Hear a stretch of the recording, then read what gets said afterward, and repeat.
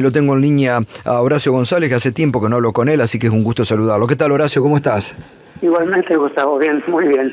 Bueno, qué sé yo, tratando de encontrar, la verdad que me desespera lo que se está viviendo, ¿no?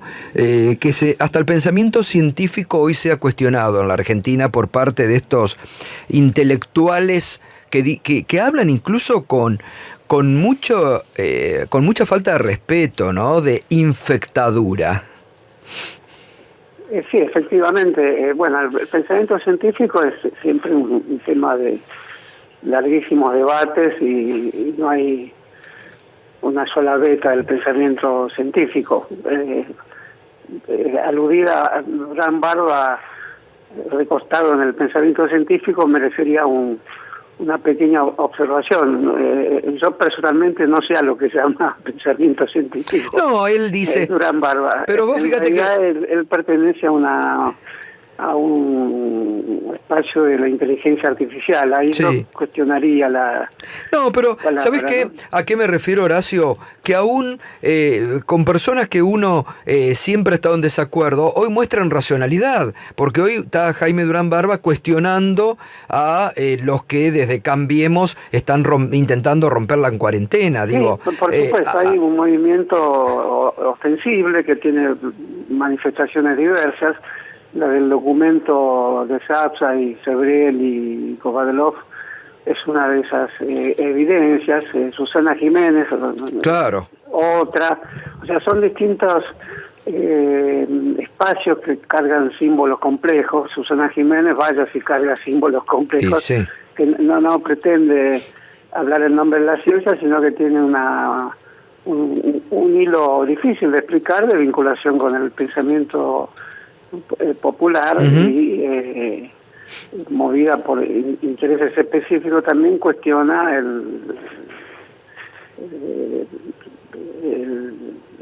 la cuarentena, y al mismo tiempo ese cuestionamiento lo hace Sebrelli, que durante su larga carrera de ensayista apeló siempre a la razón. No hay que olvidar, Gustavo, que Sebrelli que tiene 90 años, es un escritor de muchos libros en la Argentina, merece un parrafito, digamos. Toda su carrera hace hincapié en la facultad racional para entender fenómenos que el irracionalismo argentino no habría entendido. Él llama irracionalismo al pensamiento popular, populista, de las izquierdas.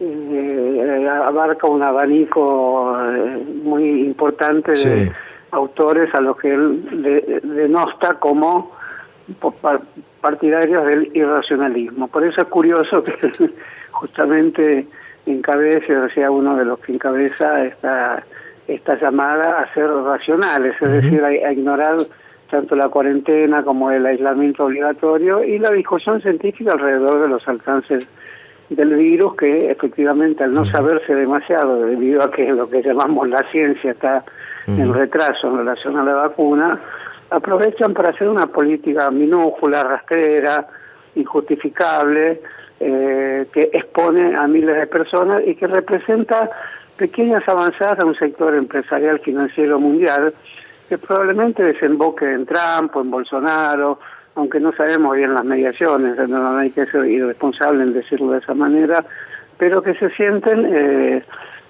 molestos por el éxito moderado. Nunca se puede hablar de un éxito total en esta situación tan delicada que vive la humanidad, que tiene el gobierno argentino al haber tomado medidas precautorias casi desde el comienzo, con alguna vacilación inicial como tuvimos todos. Nadie sabía el alcance real que tiene este virus cuando se inició en la China, y después cuando se fue propagando, con casos que, por supuesto, si uno tiene en cuenta la población mundial, que son de muchos millones, los casos podrían ser insignificantes. Ese es el primer argumento, el que se escuchó en la plaza del Obelisco también, como si mueren pocos en relación a la proporción que tiene la humanidad.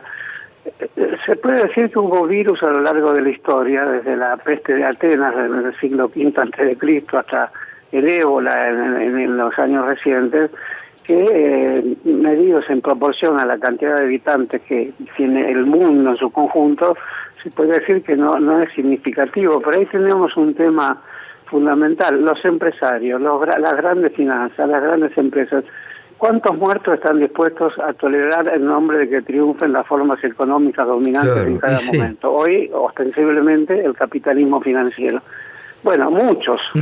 En cambio, la cuarentena está dispuesto a no tolerar muerte, está dispuesto a conjurar la idea que haya muerto. Por lo tanto, estamos acá, me parece, en el combate entre una beta humanística que obtiene de la ciencia el suministro de saberes oportunos, suficientes y específicos, y una beta irracionalista. Por eso, curiosamente, digo, ahí está el racionalista Sebrelli también, esa beta, que se suma a las irresponsabilidades del capitalismo financiero, que tiene un cómputo alto de muertos, y que, perdóname una última frase, Gustavo, y que piensan lo siguiente: en el pueblo argentino, en el pueblo en general, en los pueblos del mundo, que quieren trabajar y que están sometidos también a la catástrofe del no trabajo que provocan las nuevas tecnologías que no tienen el cálculo de cuánto van a trabajar, al contrario, se instalan sobre un cálculo alto de desocupación, y después se verá con otras tecnologías, etcétera. Esta situación que vive la humanidad, ellos la toman y dicen efectivamente que pueden provocar una alianza con el sector popular más castigado, el sector popular más relegado, más marginado, más masacrado, que querría trabajar, y por lo tanto pretenderían, con este documento y con otros que pueden llegar a sacar, y con lo que ya vienen diciendo, que vayan detrás de Susana Jiménez diciendo queremos trabajo, no queremos encierro. Ahora también, esa es la contradicción de la cuarentena en la que estamos todos. Claro, ahora me parece también que representan, porque la mayoría fueron adherentes a Cambiemos, ¿no? Un pensamiento de derecha, y que se ha quedado sin referente, por eso la van a buscar a Susana Jiménez, o aparece otro día Sebrelli diciendo que es el gueto de Varsovia, la Villa Azul, ¿no? O que ahora hablan de infectadura. Es como que han perdido la brújula, pero donde hay un condimento que los une, que es el odio a lo popular y al peronismo, ¿no? El odio, y te diría otra cosa, si viste la transmisión del C5N, muy buena, por otro lado, sobre el obelisco, porque hace mucho que no se ve eso en un país, en Argentina, por ejemplo. Toda clase de pensamientos pseudocientíficos, de videntes, de horóscopos. Delirantes, digamos, Horacio. Mesianismos, profetismos. Sí, delirantes, ¿no?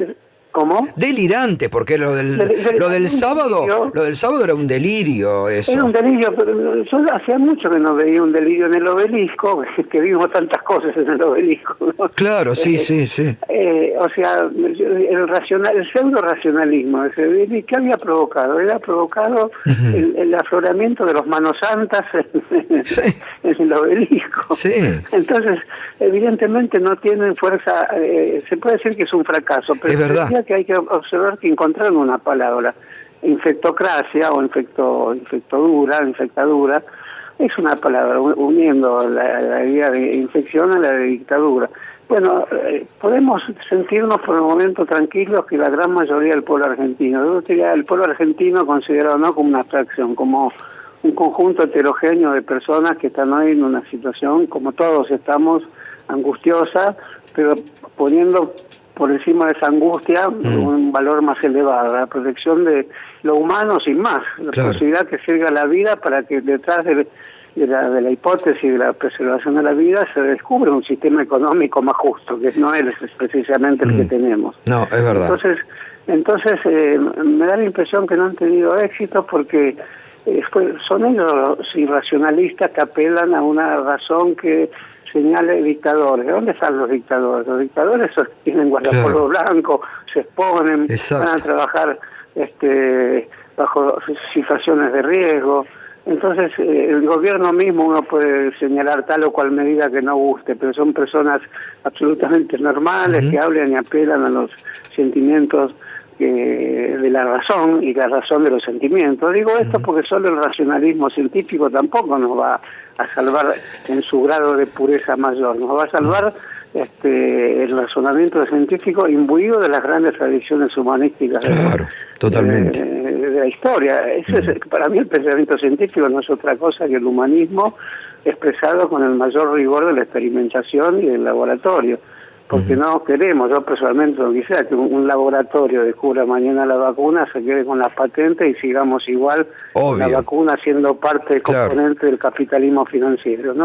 Sí, no, está clarísimo, está clarísimo. Y vos avisorás que puede, porque acá realmente está la disyuntiva, ¿no? ¿Qué es lo que puede pasar? Porque creo que deberán cambiar muchas formas y sobre todo el tema económico a nivel mundial. Ahora, cuando vos ves la reacción ayer de Trump que dice, bueno, les voy a matar, les voy a meter balas, daría la impresión como que muchos sectores van a tratar de endurecer, está, ¿no? En una situación como si no hubiera ocurrido nada. La guerra de secesión, la primer potencia mundial se está desgarrando internamente